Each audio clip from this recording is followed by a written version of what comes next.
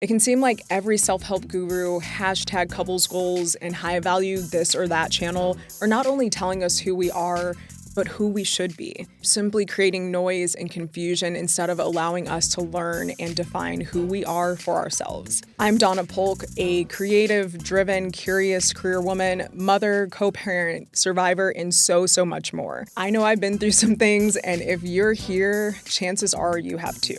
If you enjoy intimate, down-to-earth storytelling, self-exploration paired with authenticity and humor, this podcast is for you. Welcome to Real Relatable. Hi, everybody. Welcome back to Real Relatable. We are here with Dr. Donna. I know, another Donna. It's so exciting. With Dr. Donna Oriowo, who helps Black women feel free, fabulous, and fucked through curated community connections and planning for pleasure on purpose. Dr. Donna, welcome to Real Relatable. Thank you for having me, Donna. Oh, I love this. This is going to be like my favorite part of this episode. There aren't a lot of Donnas. I mean, if anybody can believe it. Yeah. I know Dons, but I don't know Donnas. Mm-hmm. And when I they're mean, I get black mistaken and for a cute Don like often, me, but then I'm just like, well, hello. yes. So I recently had a conversation with someone I met on a dating app, like just surrounding kinks and with like my limited experience with it. There are just some like grumblings here and there that I've been attuned to, but I just knew I needed to have this like as the next topic to cover on the podcast. And so as I was like perusing the interwebs, I came across your Instagram and I said, yes. We got to get another Donna on the podcast, first of all. And then, of course, with your accolades and your credentials and experience and, you know, your PhD, all the things, of course, certainly help.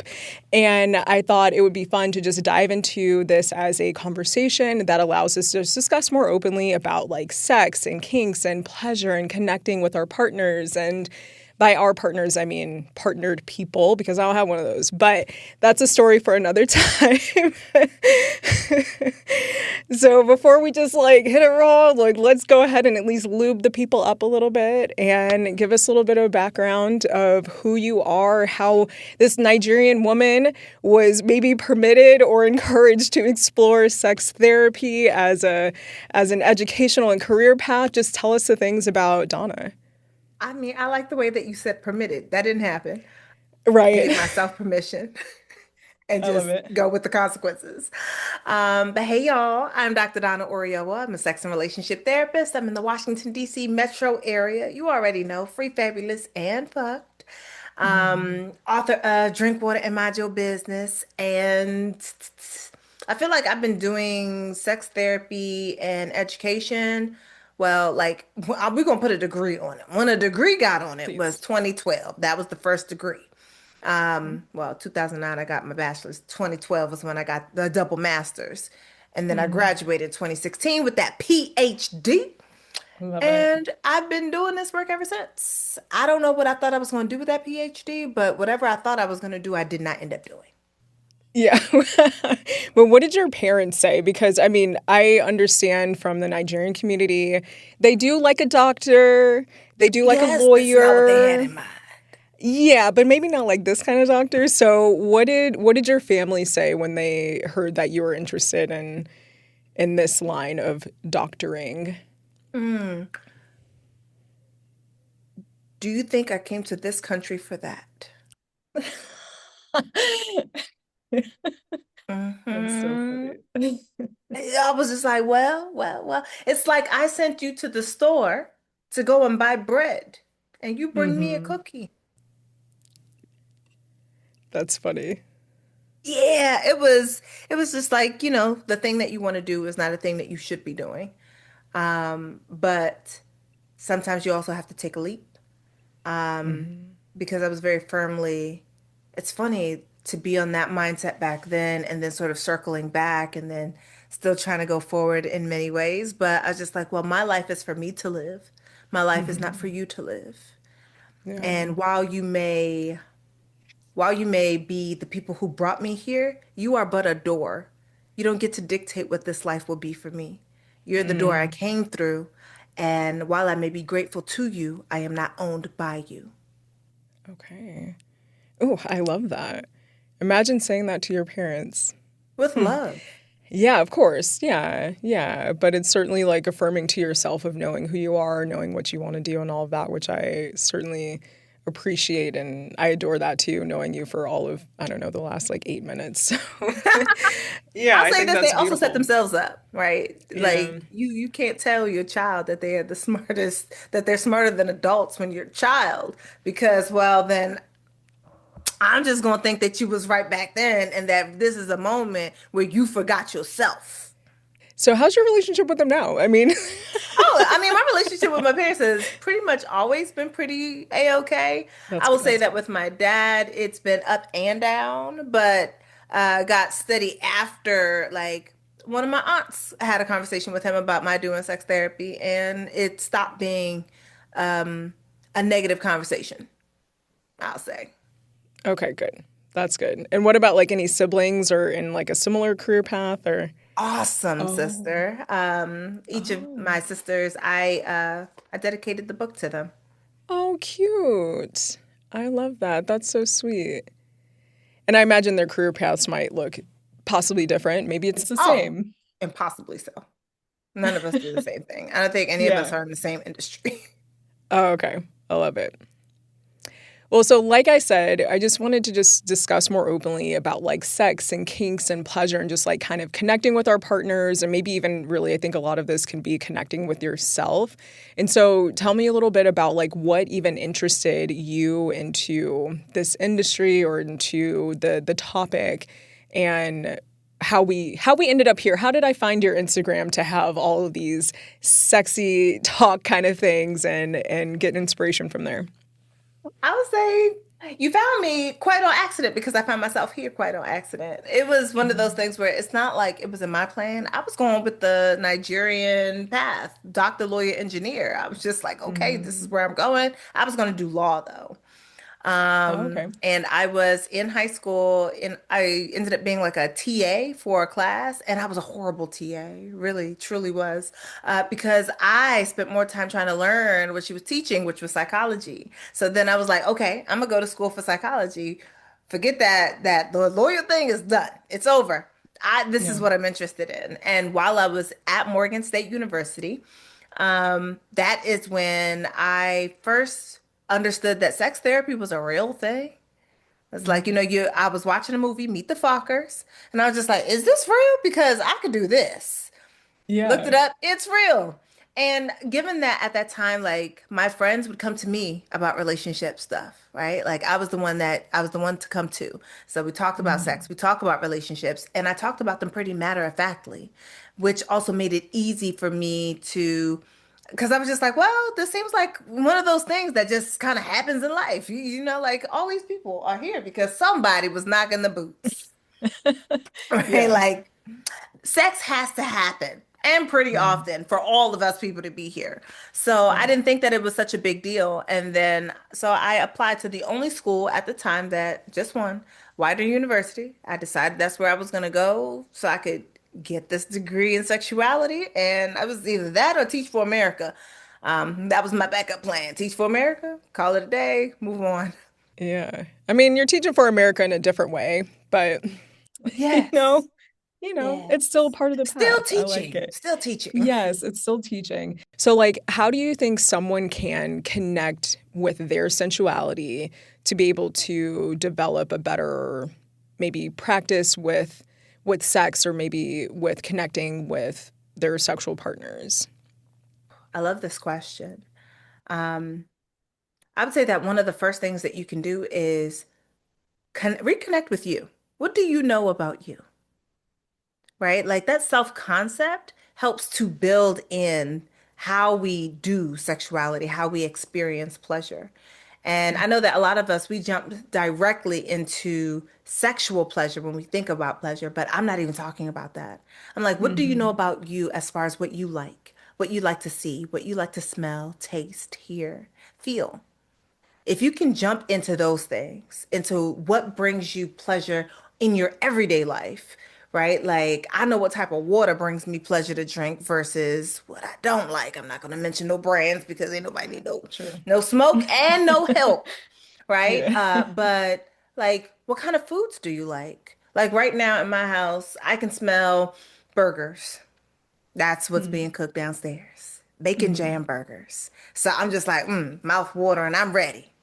Yeah. So for me, that I can smell it, I can taste it, I can hear the sizzling of the bacon. These are all things that I like, that I take enjoyment from.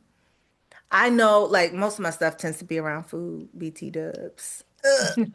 Right, like when I think about like the senses in that way, because that's all Hmm. sensual pleasure is. It's about what engages your senses.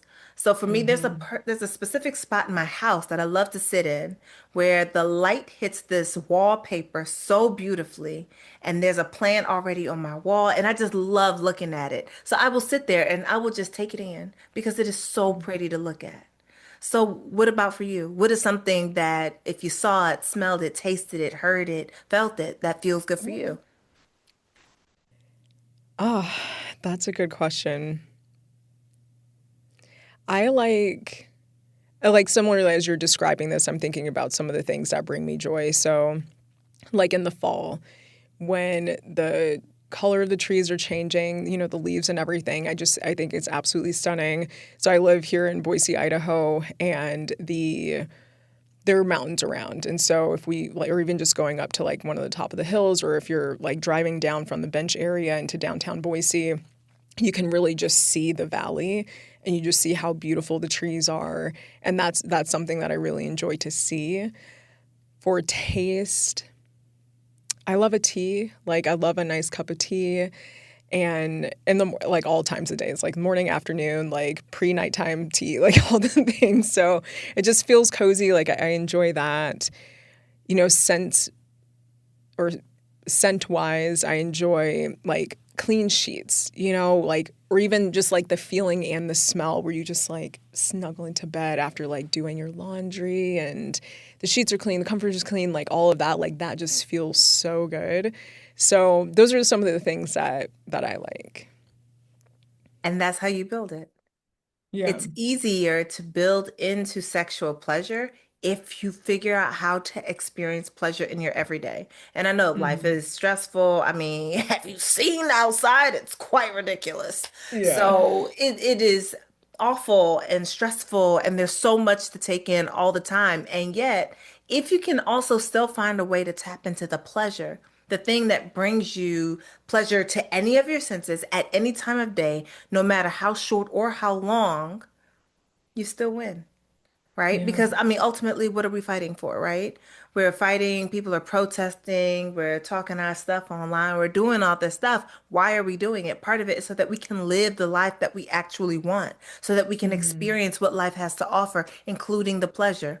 And you sometimes you need to tap back in. Why are you doing what you're doing? You're doing it for the pleasure. Enjoy the thing that you're doing. Feel that pleasure. That sensual pleasure leads us to I would say, a more expansive way of experiencing our sexual pleasure. But a lot of people, they think they're having the best sex that they've ever had. And I would probably say, no, you're not. Yeah. You're having what feels like the best sex of your life because it's the only pleasure you have in your life. Your life Yeah. sucks so Yeah. much that the only time it feels good is when you're under someone or on top of someone. And that to me is a problem because it means that you have limited your pleasure in life only to your bedroom. And I'm like, why are the rest of your rooms vacant? Yeah.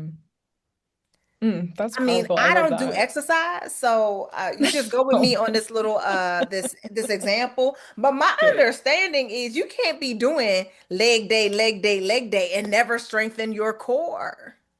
Right. Right? Like you got to do your core because your core supports you. Your back Yes. supports you. All of this, it supports you in being able to do all of that. And so for me, the core of it is how do you engage with pleasure, period? Not just sexual, but on a regular, everyday, basic ass level. Half the people I know don't eat delicious food. They eat food. They say food is just fuel and they don't think Hmm. about how it tastes. And I'm just like, I mean, I guess for you it's just fuel, and there's nothing wrong with that. But are you taking any pleasure in the eating at all? Do you take any pleasure with anything to do with your mouth? Do you take pleasure Right. from the things to do with your eyes? Right? Like I have shitty eyesight, And yet, I always take pleasure in looking at something, right? I like looking at pretty Okay. people. I like looking at pretty things. I like noticing cute sights. So you said the changing leaves. I love the look of that. But I also love the Mm. look of the spirals in your hair, Oh, right? thank I you. like the Yeah. look of the slope of your nose and the beauty of your eyebrows. These things bring pleasure, and being able to note on a small and a large scale the things that bring you pleasure, that is the thing that is going to help you build up your sexual repertoire. Oh my gosh. Okay, I'm like, this is my idea to do the podcast, and I'm like, I feel like now I'm in my own sex therapy. Like, you're welcome, everybody.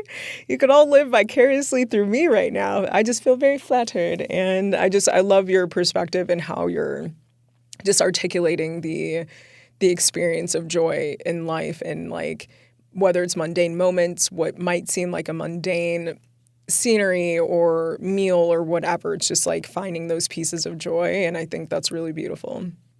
Yeah, because otherwise, what we're doing is we're looking forward to the next thing that we're going to be doing, which means that we're not Hmm. even in the present moment. And if you are practicing that with your meals, if you're practicing that with anything, if all the things are never a moment to take in for yourself, but just a way for you to move through to get to whatever's next, you're probably doing the same thing in the bedroom, which means that you're not even experiencing the full heights of what your pleasure could be because you're kind of rushing through it because you're trying to get to whatever you have to do next. Yeah. And like your mind's not really in it if you're thinking about like the chores or this and whatever. So, Oh, yeah. yes. And the Yeah. spectatoring that people do, like, am I doing it right? Does it look right when I do it? How arch my Mm. back, right? Like Yeah. it's Yeah. it's this whole running dialogue as well as the running to-do list of what I could be doing. Because also when we partake in pleasure, big or small, we start thinking about whether or not we have earned pleasure. And Mm. we start thinking about our guilty pleasures. And I'm just like, pleasure and guilt don't need to hold space together. Yeah. I love that. So, do you think that if someone's mind is like wandering, for example, they're not really like, of course, clearly they're not being present, they're not being in that moment. But do you think it's also possibly a signal as to their connection with their own joy generally? Yes, and um, I would say, what are you thinking about? Right. But maybe now Mm. that while you're in the throes, maybe that's not the moment to really be thinking about that. Yeah. Really, it's just give yourself a gentle correction, right? Like, oh no, I'm here. And say something or do something that brings you back into the moment. Taste the Hmm. taste of your lover's skin, feel the softness or the strength of their body, whatever it is. Try to bring yourself back to the present moment as opposed to wherever it is that you went. Now, when you're done, then you can be like, okay, so where did I go? Yeah. Like, like my mind was not here. Where was it? What was the thing that you were thinking of? And thinking about what your relationship to pleasure is could sometimes be an indicator that you're out of the moment, particularly when you're feeling guilty about pleasure that you feel you didn't earn, or if you feel like you needed to be more productive. Productivity is Yeah. the one that gets most people in the ass because everybody is Yeah. like, oh, but I wasn't productive enough. I'm like, yeah, you were. Chances are you were. You're just, And then yeah. people are like, oh, but I'm lazy. I'm looking like chances are you're not. I haven't met Right. any. Those lazy people that people talk about, I haven't met them. I'm a therapist. I've seen plenty of people. I haven't met the Yeah. lazy people that people are talking about. They're like, yeah, I'm so Mm. lazy. I'm like, are you? You sound overworked, and I'm tired on your behalf. Yeah, it's like that mentality of like you got to keep going and doing all the things. And I can't say that I'm not guilty Oh, of no, me too. overcommitting myself. I know that. I'm working on it. It is a work in progress and it's getting better. Not to feel like exhausted after a weekend. Like I need a weekend from my weekend because I packed all these activities in. But that's a story for another time. But when you mention when your mind gets distracted and you're mid sexual activity, I think like taking that note of like, okay, I was thinking about, wow, I forgot to get this from the grocery store, or oh, I need to make sure that like I scheduled this on my calendar, or ooh, I forgot to get back to so and so. Being able to like take whatever those distractions are and put them into my journal. Like I like to journal every day. And there's certainly gratitude in there, but then there's also like, okay, well, how did my day go if there's any notables that stood out to me? And so I can just like work through the feelings that came up. Like, why did this feeling come up? What is this telling me? Am I out of alignment? Whatever the case may be. And I wonder if people can like take that moment of, oh, okay, I was thinking about the fucking grocery store when I'm like having sex with my partner instead of just saying, in the moment, like, why was that important? Like, is that you trying to be a perfectionist and like do everything and make sure everything's perfect all the time? And that's taking you away from this like super intimate moment? Or what was that? Come on, Donna, don't be mean. It's not always that. I think of it sometimes that it might be like a shower moment, right? Like, you Mm, ever realize that you have some of your best thoughts in the shower? yeah. Between washing between your toes and trying to reach your back, like if you don't Yeah. have one of those, right? Like you're thinking these thoughts and you're like, oh, you're making connections and you're already thinking like, okay, I got to remember that from when I got out of the shower, and then you don't, because Hmm. we almost never do. Yeah. But I like to think it's because you're relaxed, because your body feels present and engaged in something, and that Mm, you've simply allowed your mind to sort of wander to wherever it goes to.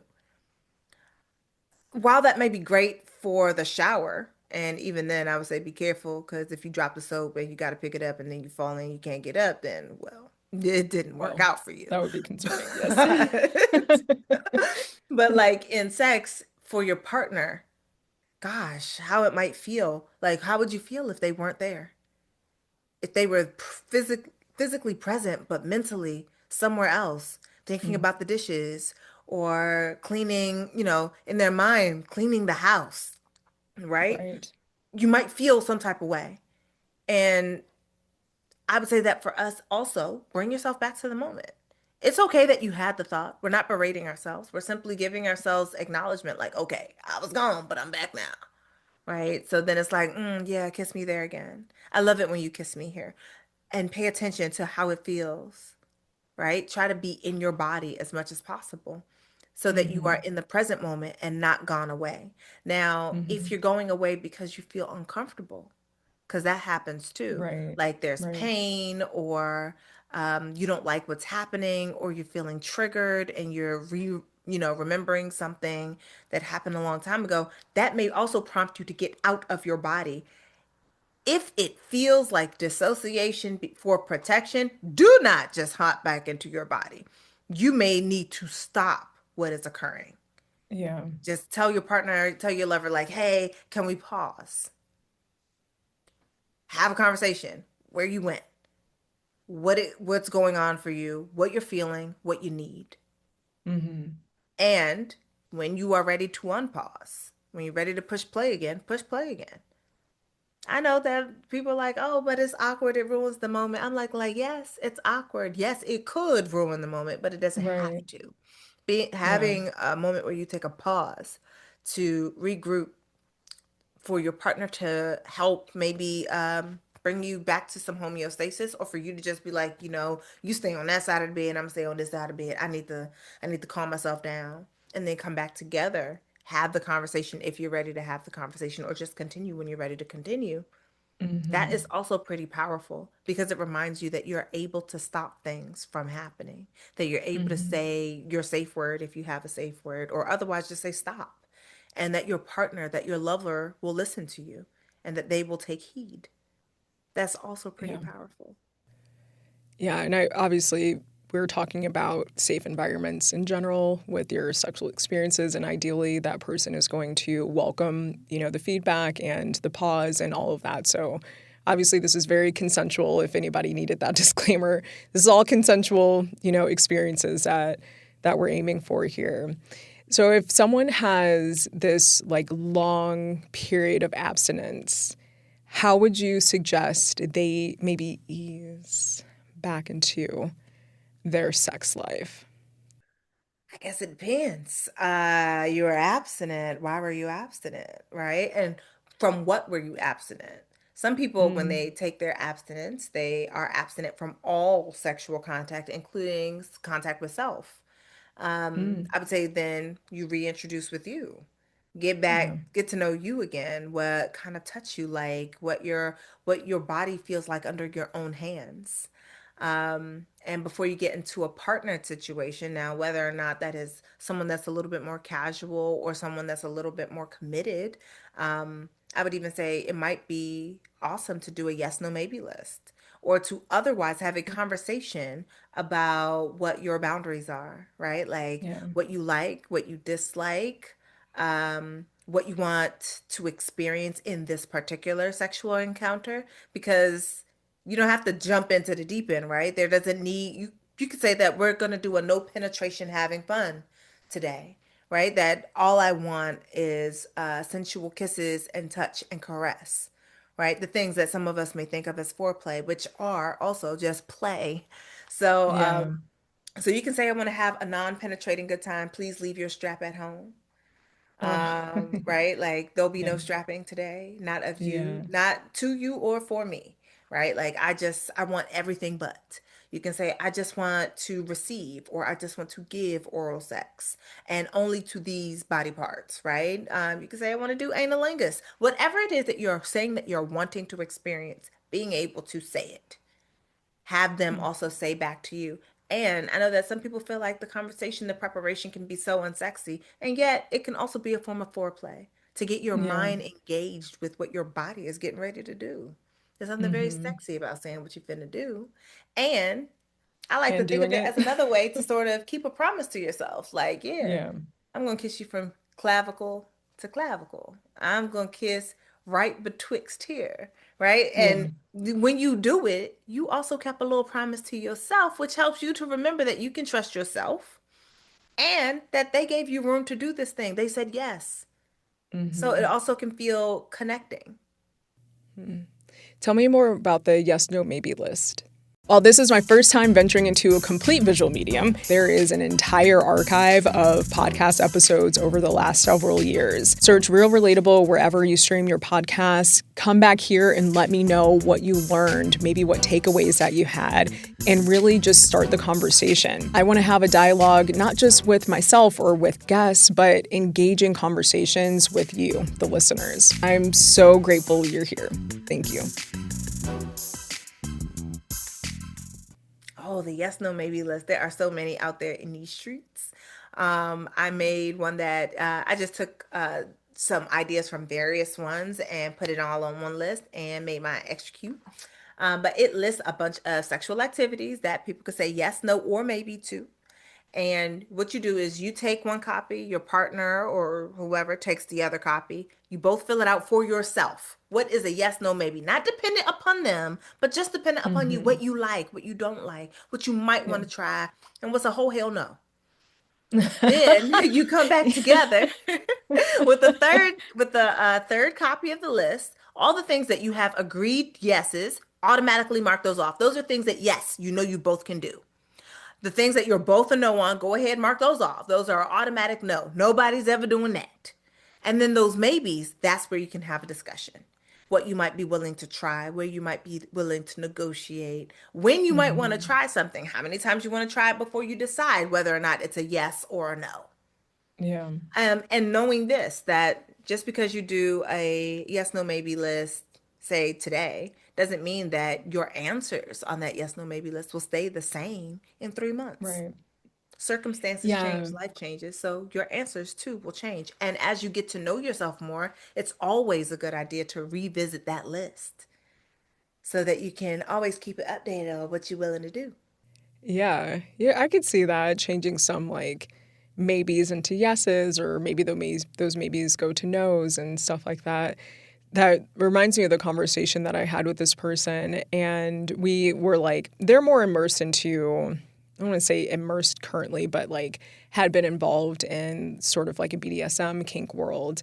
And I'm like on the periphery. Like I've had like small exposure to it, and that experience was like it was fine. It just is not something that had continued, and not necessarily for like those, not for the experience itself. It didn't work out with the person, and I just haven't been back into like the sex world, frankly, in a while. It's been well over a year since I have had to, had my like intimacy moments with somebody else, but it did bring up conversation in a very just like mature way, like of some things that this person enjoys, and what's a yes or a no, and like things like that. And as we're like talking about some of it, I'm like, well, right now this is a no to me, but I can't say that this is a no all like forever, right? Just simply out of just understanding myself and understanding like what I'm comfortable with. It's more so like I haven't had sex because I don't want to, because I know that mentally for me, that is not going to put me in a good situation should I not be in a relationship, like a committed relationship with someone. That's what I need to feel mentally safe, to then feel more physically safe and to be able to open myself up to someone more. And it's not that I don't want to do that, but just, better discernment and all the things to be able to welcome someone into my life. That's just where I'm at. Thank you. Because I Go think that ahead. some people forget that just because something is a general yes doesn't mean it's a yes with the current partner that you're talking about, Right. right? Like sometimes it's a no for you, Mm-hmm. right? And Yes. it may be like, I would need us to do X, Y, and Z. I would need to be able to feel this, this, and that. Like right now, this is a no. And then Mm-hmm. maybe later on, based off how you feel in the relationship, whether or not that changes, it becomes a maybe or a yes. But also the opposite can happen. Something can start off as a yes and be like, hell no, never again, never with you. Like, Yeah. love you, Yeah. would want to do all kinds of other nasty, freaky, delicious things to you, but I ain't never doing that one again.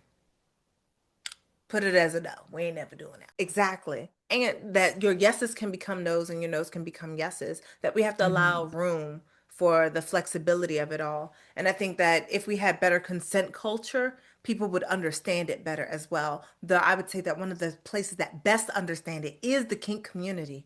The kink community be Yeah. having that jump down.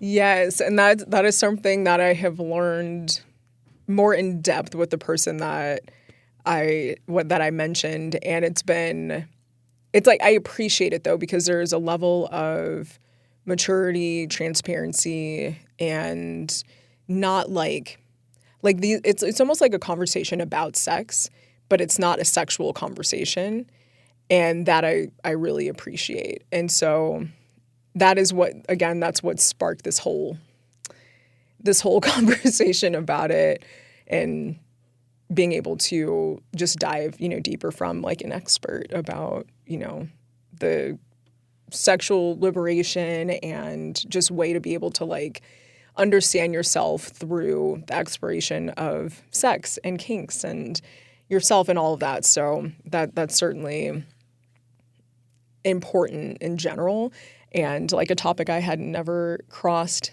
to this degree on the podcast. And so like it's a little spicy for me, but I like it.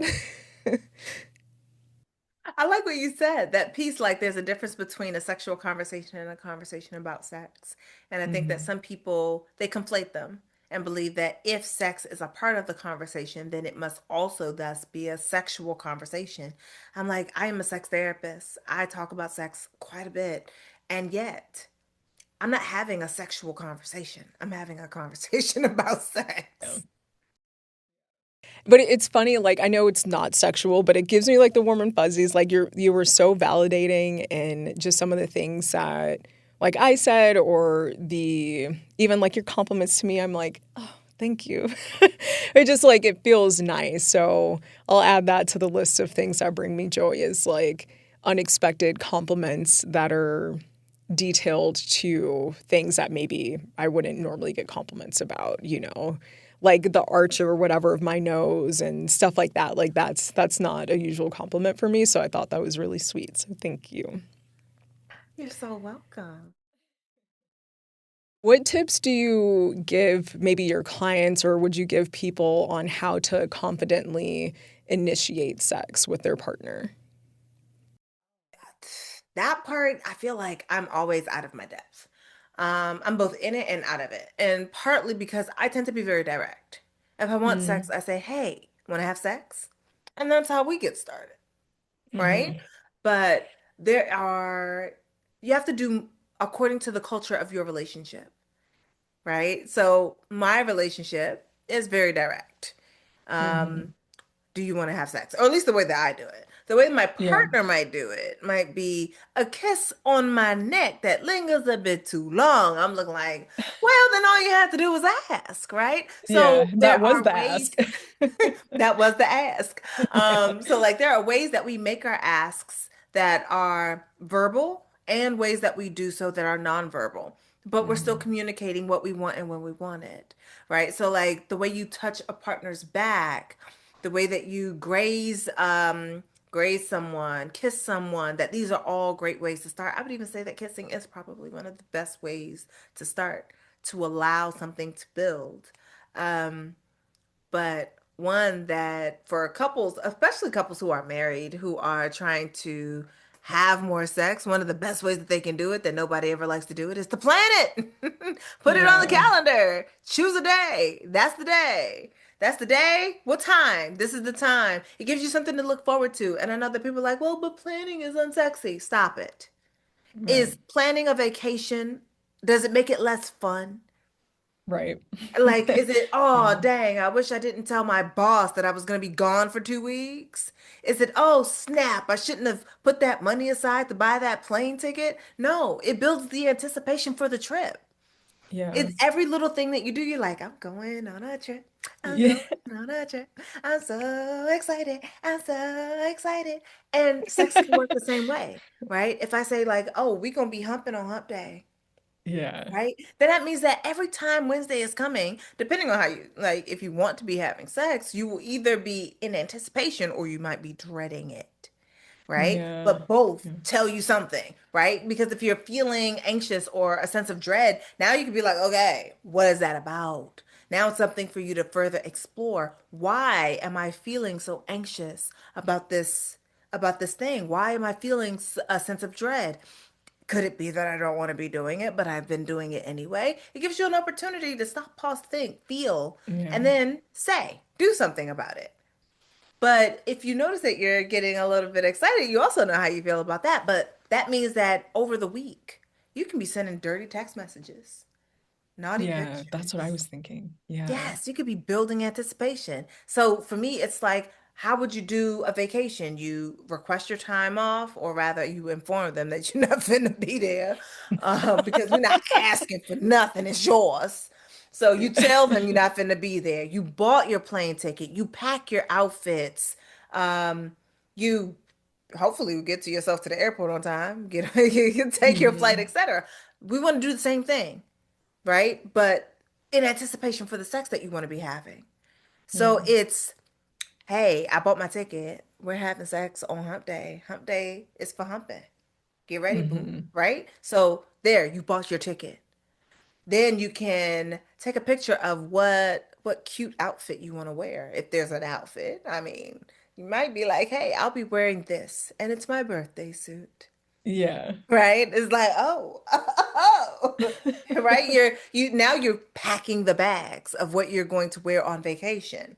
Like now you've compared outfits. This is what I'm gonna wear. What are you gonna wear? And then it's like, okay, what are we gonna do when we get there? Oh, I'm gonna kiss you here. Hmm. So it's like planning that vacation itinerary. Oh, I'm gonna vacate at your neck. I'm gonna make my way down this way. You are you are building more anticipation. I can't wait for you to do. I can't wait to feel. I can't wait to touch you. All of it is building anticipation. Yeah. You're See, I turning the love sex into that. the vacation, but people don't like to do that because they think that it detracts from the sex because it should be spontaneous. But if you live by that should, your sex life will die by that should. Because if you're living Yeah. in the shoulds, you're probably not doing it.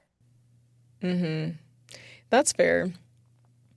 I can't say that, well, since my marriage, I haven't been with anybody long enough to maybe get to the point where sex has fallen off the table, right?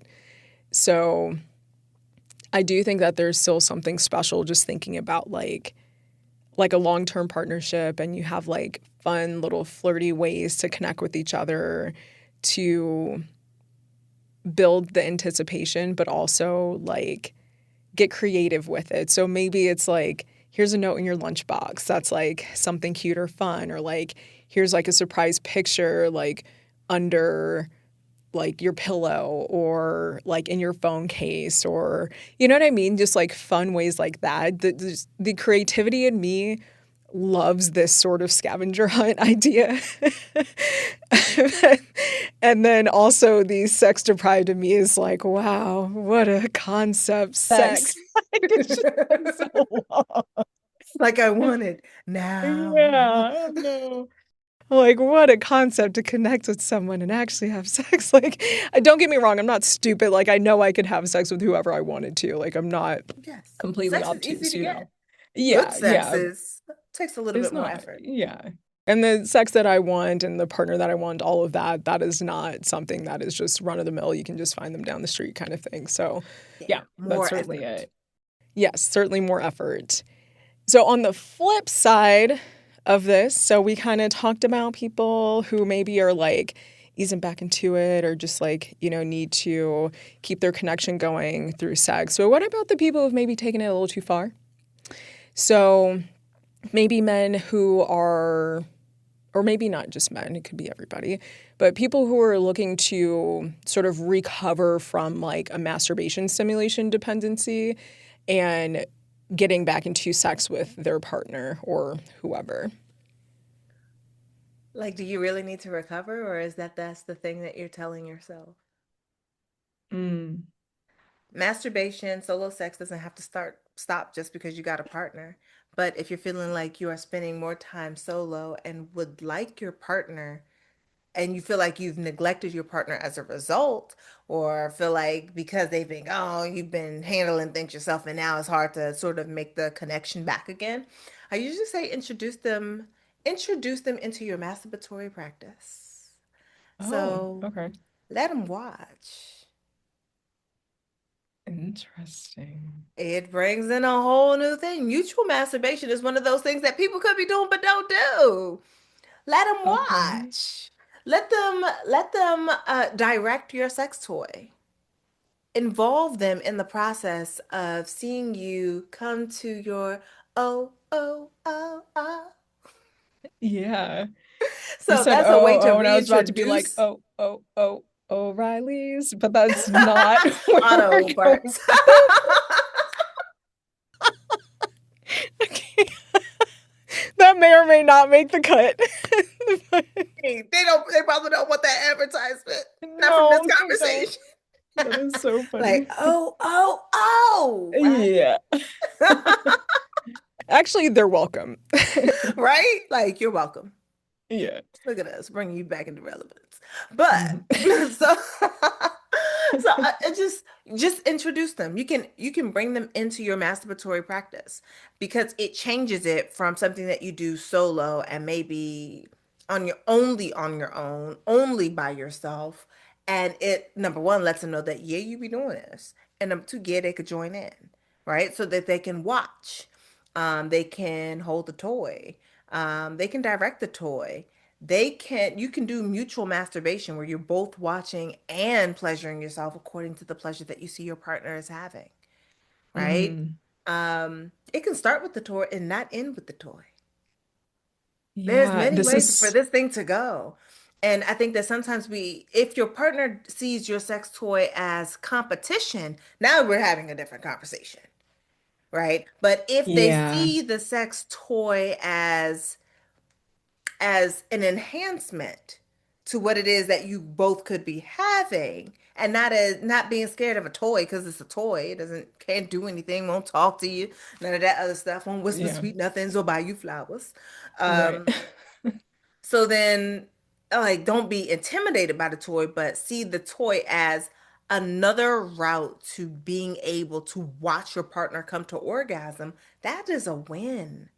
That is the winniest of wins. So I will say that that is one of the things that I've told clients to do. Just like, I'm not asking you to stop your masturbatory practice. I'm asking you to introduce your partner into it. Hmm. Kind of redirecting the energy of it Mm-hmm. to be a collective effort. Okay. Exactly. And Mm. that doesn't mean that you won't still want solo alone by yourself time. You can have Yeah. both. but it's to broaden the scope of what is happening. Because if there Hmm. is something that's like a block and you're just like, I don't know, I'm just not feeling it, why aren't we feeling it? Like, where do you Yeah. notice that in your body? What do you want to do with that? Right? Like, are you not having sex because you feel like your partner doesn't want sex? Are you not having sex with your partner because you don't want it? If you don't want it, why don't you want it?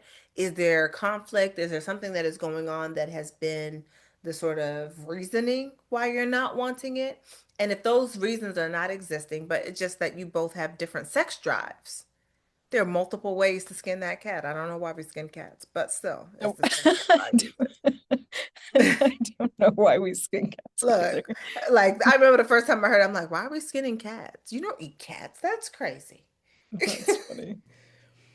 Well, I guess in that same vein, then, if someone is used to pleasuring themselves and they're maybe interested or trying to figure out how to connect with someone either with that or outside of masturbation, what about if it's connected to porn? So if they're really driven sexually by masturbation, incorporating porn, and having someone physically there is not really doing it for them. How do they sort of navigate removing the porn from it? Maybe similarly, like incorporating their partner into it, or what does that look like, or what could that look like? I think I'd be interested in exactly what does the porn do, right? Hmm. When did the usage of porn start? Um, what about the porn do you identify with? What type of porn are you even watching, right? That all of those things to me end up being a question because I think that sometimes we automatically jump to porn as a problem. And porn doesn't necessarily have to be a problem, right? The same way that a sex toy is not in competition, it can be in concert. It's the same thing with porn, that it's not in competition. It could be in concert. So it's kind of like, well, what are you getting from this thing? What would you get? What do you get from it solo? And what are you worried about that introducing me into this space how might it change the way that you experience porn? So maybe it's like, oh, you have a very specific type of porn that you use in this. Maybe that porn is off limits. You get that porn to yourself, but other porn we watch together. Let's create a competition, right? Like, can I reach the O before they do? Right? Maybe not that type of pressure. That's a lot of pressure. Oh, well, I But was gonna say, because I'm like, well, those are manufactured O's, right? With yeah, fluffers on the side and someone calling action, right? yeah, Like yeah, it's the equivalent of looking at Fast and the Furious and believing that's how you should drive a car. But for some people, that is also the introduction to driving. That is their introduction to sex, what they received or what they saw on porn. So because they see this thing in front of their faces, they also believe that that is what their sex life will look like, not what it hmm, could look like or what and it's really probably gonna look like. not going to look like, right? Yeah, So we end up having these like unhealthy, I would say, comparisons of what we're doing versus what the porn is bringing because we forget that porn is fake, that it is right. actors and actresses using their real Performative. body for not necessarily for their pleasure, but for yours, for you to feel Hmm. titillated in that way. So I would say that if there is a porn concern, have the conversation about it. But if you think that your partner is not wanting to have sex with you because they're only interested in porn, I would say consider these things, multiple things, as opposed to using the porn as the scapegoat. So Yeah. the porn is one aspect of how they may express their sexuality. What are the other aspects of how they express their sexuality? Because some people like to see sex but may not like to be touched.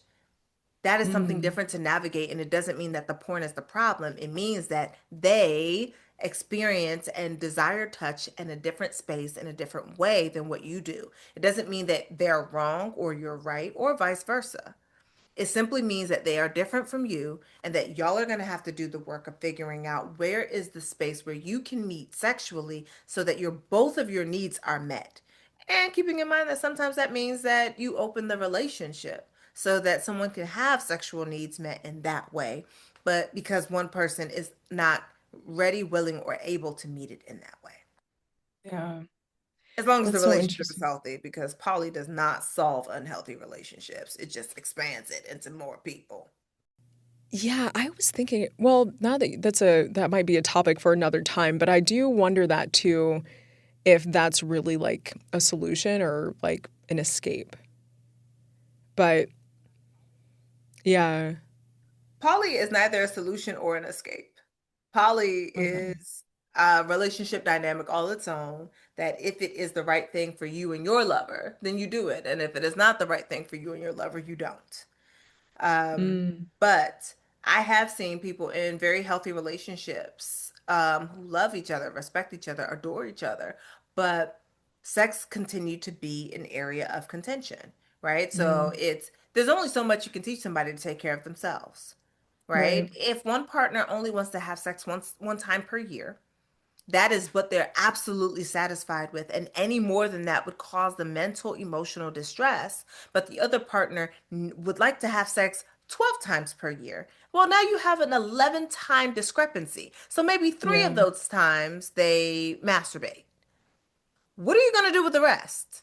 Right? right. That becomes like the question, like, how do we make sure that there is satisfaction had by all in a way that still respects the confines of the relationship? And sometimes some people will say that the solution would be to break up, and I would say, well, why don't we also explore what an open relationship could look like in Mm, context of what you have right now, so that mm-hmm. the needs are met, and that while one of you may be stretching, the other one is not feeling completely unseen and unfulfilled.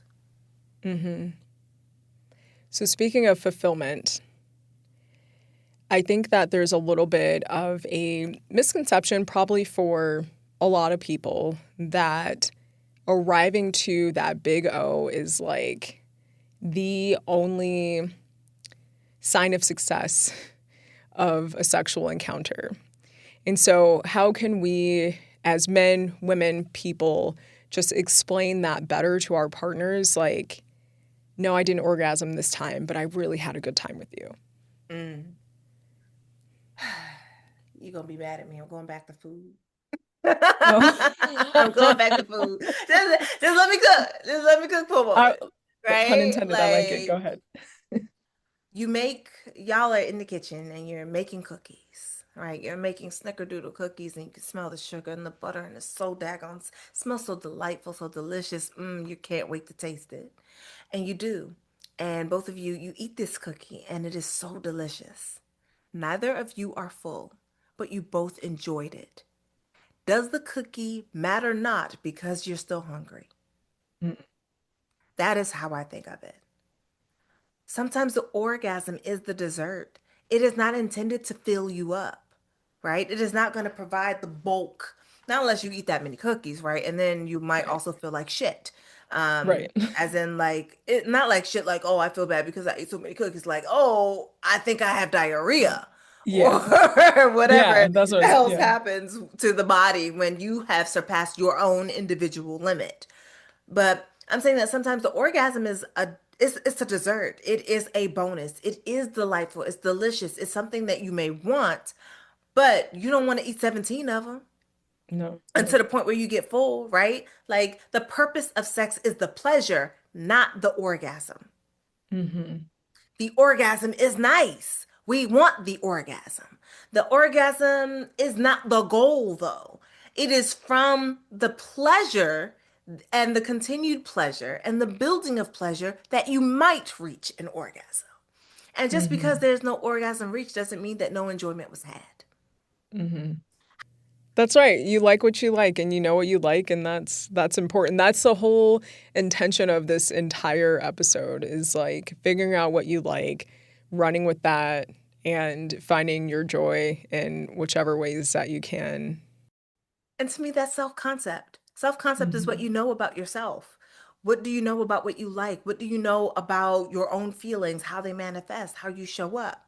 Self-esteem would be how you feel about what you know, right? Like, do you feel good, bad, sad, whatever, right? Hmm. Like, and knowing that how you feel about pieces of yourself can go up and down, and those things can impact pleasure. Because depending on how you feel about yourself, you may say that you don't deserve pleasure, Mm. that pleasure is not a thing that you have earned. that your low self-esteem, your low estimation of yourself, your low view of yourself can be the thing that precludes you from ever seeking any type of pleasure because you don't even think that you deserve it. You haven't earned Hmm. it. You haven't lived the life that would say that you're allowed to have any, right? But that can also show up then in whether or not your partner's having an orgasm means, or their ejaculation, whether or not it means something about you, Yeah. because that's the other thing to explore. What does the orgasm mean? What does your partner coming? What does it mean? What value have you placed on it?